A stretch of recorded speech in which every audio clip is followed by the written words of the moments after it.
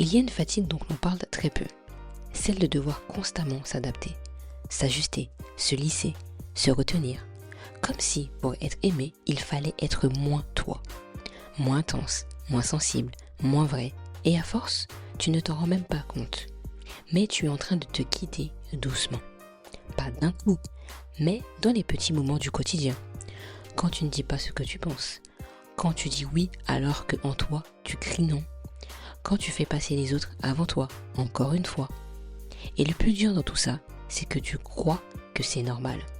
Alors aujourd'hui, j'ai envie de te proposer autre chose. Et si tu pouvais être toi, sans lutter contre toi, sans te corriger en permanence, sans te juger, sans te diminuer pour entrer dans des cases. Dans cet épisode, je vais te partager 5 postures qui m'ont permis de revenir à moi, sans violence, sans combat, mais avec conscience. Parce que tu n'as jamais eu besoin de devenir quelqu'un d'autre. Tu as juste besoin d'arrêter de t'abandonner. Alors pour moi déjà la première posture, c'est celle qui est intérieure. Celle qui sera honnête. Tu sais, tu peux par exemple te réveiller et te sentir pas très en forme. Et c'est ok. Mais quand tu vas te le dire à toi-même, tu vas pouvoir te donner de l'amour en fait. Tu vas pouvoir te dire, tu te fais confiance en tes mots, en ce qui se passe à l'intérieur de toi. Dire ce que tu ressens, dire que bon là c'est vrai que je me sens pas spécialement en forme, c'est de t'apporter de l'amour, de t'apprécier. Mais aussi d'arrêter de diminuer tes besoins. Tu as un besoin réel, que tu as besoin par exemple de t'exprimer, tu as besoin d'amour, tu as besoin d'apporter de la joie, tu as besoin de sourire, de rire. Contrairement peut-être à d'autres personnes qui ne souhaitent pas rire, sourire, qui sont tristes, peu importe. Là où ton besoin est important, apporte-le déjà à toi-même. Tu vas voir tout de suite la différence. Et puis aussi, c'est reconnaître quand quelque chose ne te convient pas. Lorsque tu vois qu'il y a quelque chose autour de toi, au travail, dans ta relation de couple, ne te convient pas, écris-le.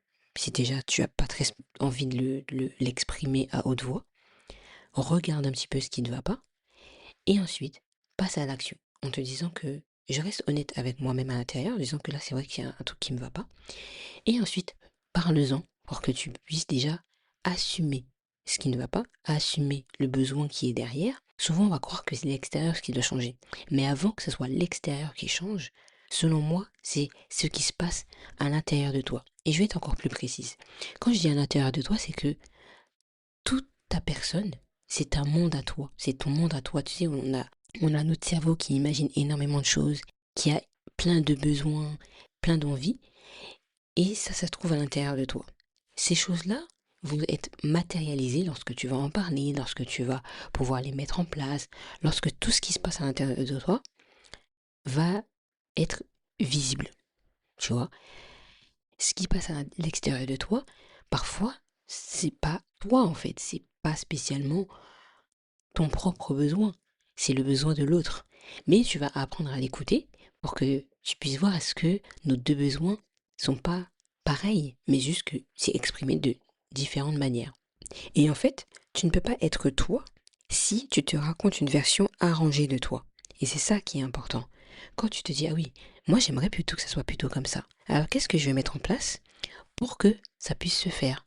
Je comprends pas mes émotions, ok. Là je sais juste que je suis par exemple en colère, triste, ok. Et je l'ai vu, je l'ai ressenti. Je m'en détache un petit peu. Parce que ça ne m'appartient pas tous les jours. C'est pas 24 heures sur 24 que tu es en colère. C'est des petits moments à certains endroits. Parce que quand tu verras quelqu'un sourire, tu seras plus en colère, tu seras contente. Et souvent, il y a 3 mots qui est hyper important, c'est être, avoir et faire. Le être est plus important que avoir, que faire. Quand tu vas pouvoir incarner ce que tu veux vraiment, petit à petit dans ta vie, tu vas commencer à voir les choses, tu vas commencer à pouvoir faire les choses. C'est tes pensées qui vont emmener à l'action. Souvent, quand tu vas te dire j'ai la flemme, ta pensée c'est j'ai la flemme. Donc, en réalité, la plupart du temps, tu vas pas réellement faire ce que tu n'avais pas envie de faire. Même si au fond de toi, tu sais qu'il faut que tu le fasses, mais tu vas pas vraiment le faire.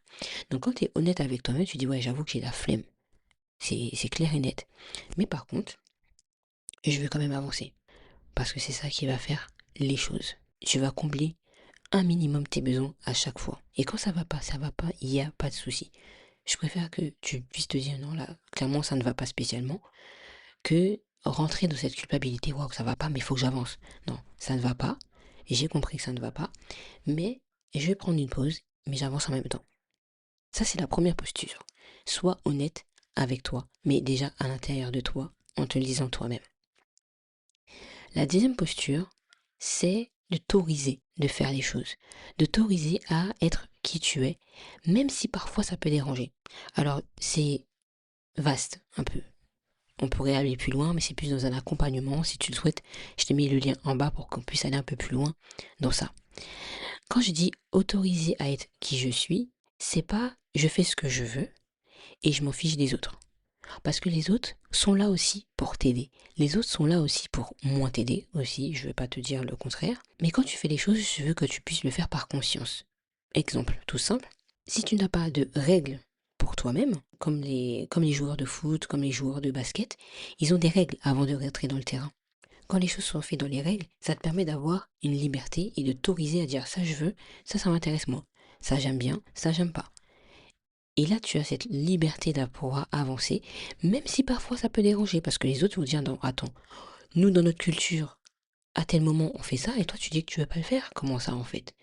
Donc, ça va créer de la friction entre les deux, mais ça ne veut pas dire que l'autre personne ne va pas t'apprécier. C'est juste que là, je comprends pas. La personne ne comprend pas que toi, tu vas aller de l'autre côté. Donc, c'est pour ça que je dis que ça va te déranger.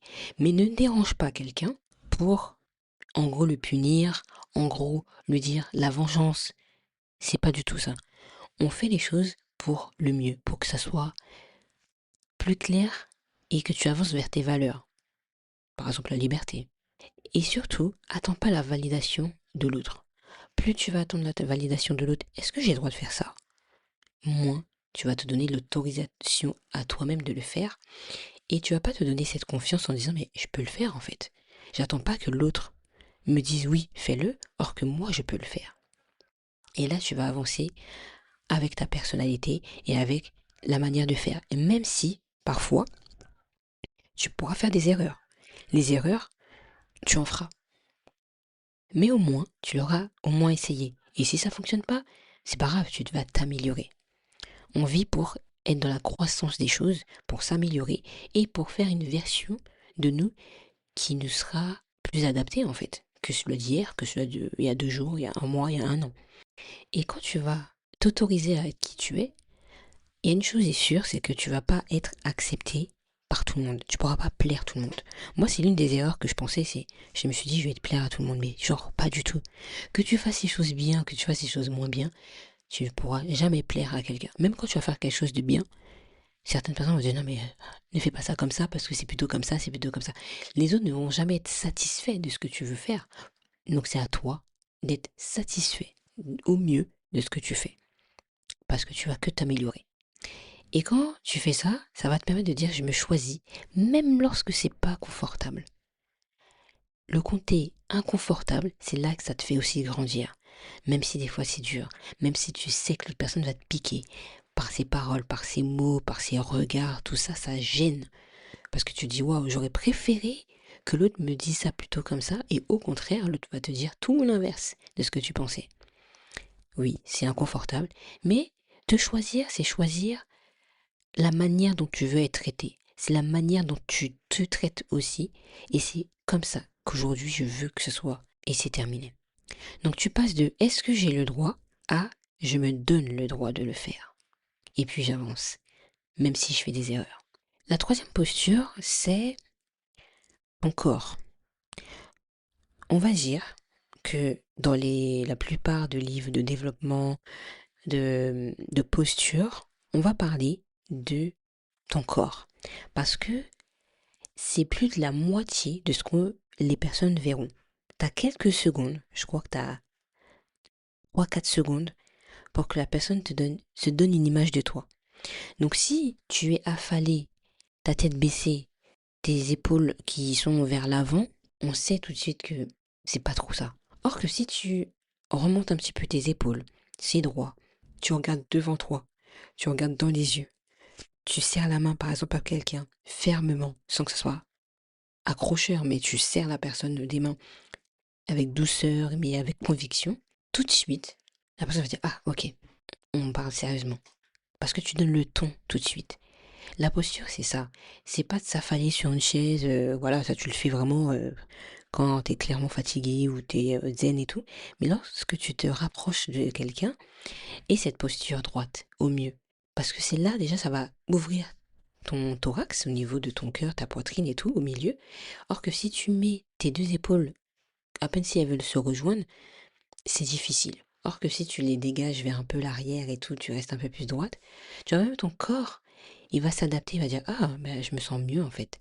Tu vas moins te sentir fatigué parce que quand tu es fatigué, quand on va dormir, la première chose qu'on fait, c'est avoir cette posture d'enfant. C'est un enfant, même dans le ventre de la mère, il est recroquevillé comme ça pour donner le ton en fait qu'il va dormir. Or que là, quand on est debout, on est réveillé, là on donne le ton qu'on est ouverte. Mais on a des limites. Voilà, ça veut pas dire que t'es ouvert et tout, que t'as pas de limites. Au contraire, tu restes présente en face de cette personne. Et tu vas voir, ça va toute la différence. C'est quelque chose que je travaille encore aujourd'hui pour me dire que je suis quand même à l'aise avec mon corps et que je reste honnête. Ça m'arrive d'avoir la tête baissée parce que bah, j'ai pensé à un truc ou ça m'a attristé que quelque chose. Ça, c'est ok. Mais quand tu redis, hé, attends, je me remets droite et j'avance, c'est quand même beaucoup mieux et plus élégant. En tant que femme, même pour les hommes, hein, d'être droit, d'être posé, d'avoir vraiment une posture assez conséquente.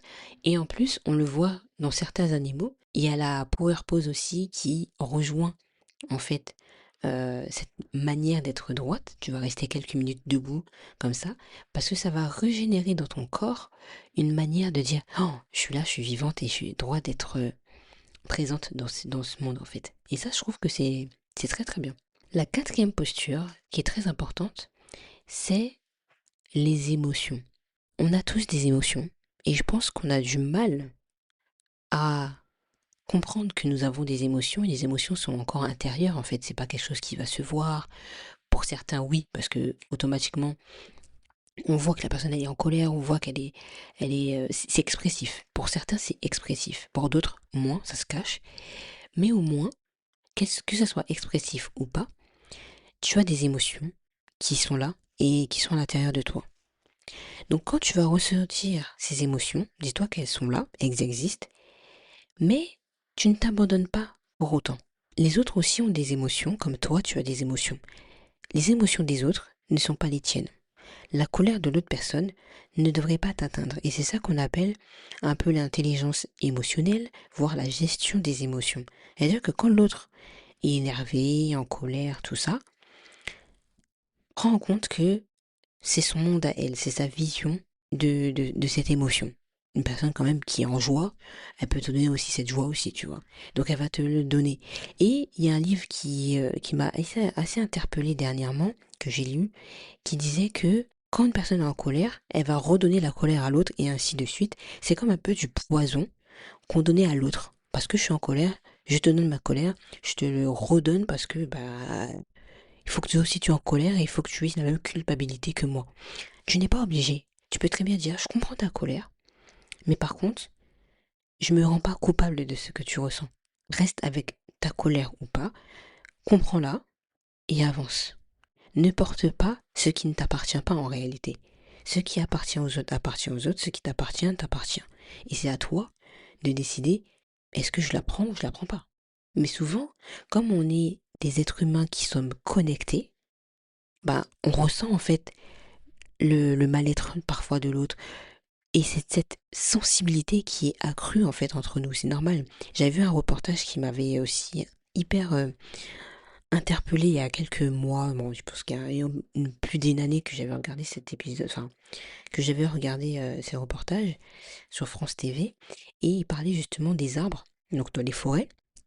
Et ils expliquaient que un arbre, par exemple, qui va sentir du vent, il est sensible. En fait, les feuilles sont sensibles, donc en fait, ça va arriver ensuite dans ses branches dans l'arbre et dans les racines. Et les racines aussi sont invisibles pour nous, d'accord? Même eux, ça se voit pas, hein, c'est intérieur et tout.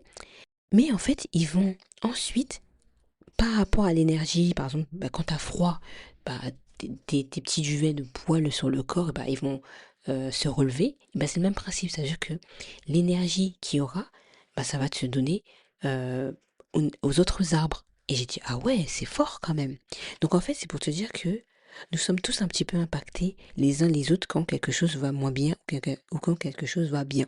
Ça se ressent en famille, dans une relation, ça se ressent. Mais quand tu commences à te dire, ok, j'ai vu qu'il y avait ça, on met quoi en place? C'est se trouver une solution, parce qu'il y a toujours des solutions. Maintenant, après, il faut aussi en faire la démarche, sortir de dire que bah, je serai vulnérable et c'est ok. Parce que bah, sans ça, bah, je pourrais pas arranger les choses aussi. Et ça va te permettre aussi de choisir sans culpabilité. C'est encore un système de choix et de liberté de dire, bon, moi je vais avancer, j'en ai marre d'être coupable, de me sentir coupable, de me juger de certaines choses ou de prendre le flambeau de l'autre or que j'ai rien fait, ou j'ai fait au mieux, je choisis de pas accepter cela. Tu le dis ouvertement. Quelqu'un te dit oui, mais toi, tu verras, ça va pas fonctionner. Je fais ok, merci pour ton conseil, mais je refuse. Je refuse d'entendre dire ça. Je me refuse de croire que ça va pas fonctionner. Tu arrêtes tout de suite l'émotion de l'autre. Tu arrêtes tout de suite le fait que l'autre croit que tu vas pas réussir. Parce que au moins, ça te permet de dire que moi, j'y crois. Je pense que moi, je vais réussir. Et même si je réussis pas, qu'est-ce que ça va faire? Mais au moins, j'aurais essayé. Et la cinquième posture, c'est d'être présent. Aujourd'hui, les téléphones, l'ordinateur, la télé, dans une famille, dans une relation, au travail, peu importe, nous coupent d'une présence réelle entre chacun d'entre nous. C'est pour ça qu'en fait, j'aime pas le fait que quand quelqu'un me dit «Oh, je m'en fiche, je fais ce que je veux», que tu sois dans un travail, que tu sois chez toi, ou peu importe, tu ne peux pas faire ce que tu veux en pensant que ça fera du bien aux autres. Tu prives l'autre de te connaître, tu prives l'autre de pouvoir aussi donner juste une idée, une proposition. Et si la proposition ne te plaît pas, tu dis mais c'est vrai que je suis pas trop d'accord. Et on avance. Et pourquoi? Il y a un moment, la présence, c'est de se dire, j'ai le droit d'être là, mes émotions existent, ils ont le droit d'être là, ma parole, mes mots ont le droit d'être dites, que ce soit pour toi et pour les autres, et pleinement. C'est oser prendre la parole. Quand t'as pas envie, tu dis, bon, c'est vrai que je crois que ça me plaît pas trop. On met quoi en place? Qu'est-ce qui fait que c'est oser se dire, là, je suis vulnérable. Parce que l'être humain tombe. Tout être humain tombe. Mais par contre, se relever, c'est autre chose. Dire que ouais, en fait, là, voilà, j'en peux plus, mais par contre, je veux que tu m'aides, là, c'est différent. Et c'est aussi oser être vu. Ça va être désagréable, oui, totalement, mais être vu ne veut pas dire prendre la place de un tel ou être petite. Être vu, c'est juste être là et présent. Dire que, ben voilà, j'ai un mot, j'ai une phrase, j'ai une idée, vous en pensez quoi? Vous êtes d'accord, vous n'êtes pas d'accord, il n'y a pas de souci, au moins moi je l'ai dit. Et être présent, c'est habiter ton corps, ton énergie, ton espace. C'est dire, waouh, ok, je suis chez moi dans telle pièce, il y a la télé, il y a l'ordinateur, il y a la table, il y a les chaises et tout ça, mais je fais partie de cet espace. Je fais partie de ce cocon, en fait, que j'ai créé ou que les parents ont créé ou que le travail a créé. Tu as le droit de prendre ta place. Ta place n'est pas de dire à haute voix que j'existe, tout ça. C'est juste que tu es là, tu existes avec ton énergie, avec ta manière de faire, ton corps, qu'il soit petit, moyen, grand. Ça, c'est pas un problème. C'est juste toi avec toi. Et là, tu vas plus te cacher, tu vas juste exister. Et c'est le prochain programme que je suis en train de mettre en place. C'est que, en fait, pendant 30 jours, tu vas pouvoir enfin comprendre qui tu es réellement. En montrant que tu existes, peu importe les circonstances. Sans compromis dans ton travail, dans tes relations. Juste être toi et avancer avec clarté et conviction. Alors voilà, j'espère que cet épisode t'aura plu. Ces 5 postures, n'hésite pas à le réécouter, à noter ce qui t'a plu, à en faire une dès aujourd'hui, parce que ça peut être simple, challengeant, mais ça va t'aider à grandir et avancer dans ta vie et garder cette élégance à l'intérieur de toi. Parce que pour moi, l'élégance, elle passe en toi pour ensuite aller vers l'extérieur. Et comprendre que ce que tu vois de toi va dégager ce qui va se faire à l'extérieur de toi. Je trouve qu'il est hyper important qu'on puisse se dire que c'est pas un but, dire que je vais être ça, c'est un chemin vers une présence où tu seras dans ce monde ouverte, sereine, mais aussi épanouie. Et c'est tout ce que je vais t'apprendre durant ce futur programme. Voilà, en tout cas, j'espère que cet épisode t'aura plu. N'hésite pas à laisser un commentaire sur Apple Podcast ou Spotify pour voir un petit peu ce que tu en as pensé, quelle est la posture que tu as préférée dans cet épisode. Et moi, je te dis à très bientôt pour le prochain épisode.